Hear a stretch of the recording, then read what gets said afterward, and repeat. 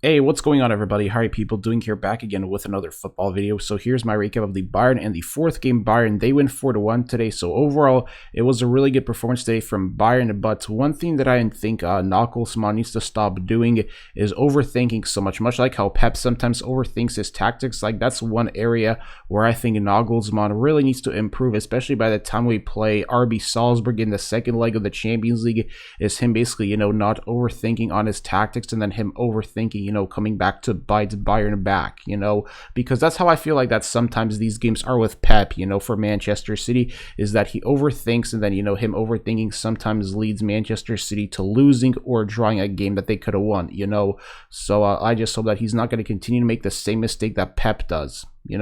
But nonetheless, today Bayern, they played well today, but one biggest area of a concern for Bayern still is, why don't we go after a good holding midfielder, because that's one area that I still think Bayern really lack and they need to improve on, especially, if we want to compete against the tougher competition in the Champions League, because I do believe that by the time, the second leg of the Salzburg game comes here, we are definitely most likely going to win that game.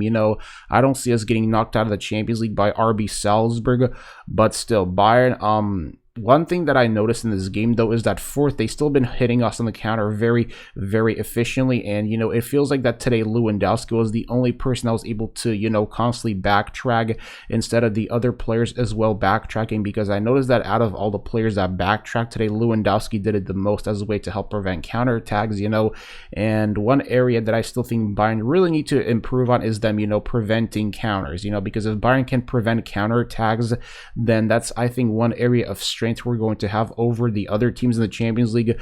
But since we don't have a holding midfielder, that can link both offense and defense, like how we did it in Thiago, our biggest area of weakness might be us, just preventing counters, because it seems like that opposing teams have had no issue of countering against us, and I think that's a recipe for disaster for Bayern Munich, and nonetheless, Lewandowski obviously had a great game today, but still, my biggest question is, will this Bayern team even last this year in the Champions League? Because obviously our team does have quite a bit of holes and flaws in them, particularly us not having a holding midfielder and us, just being vulnerable of being hit on the counterattack.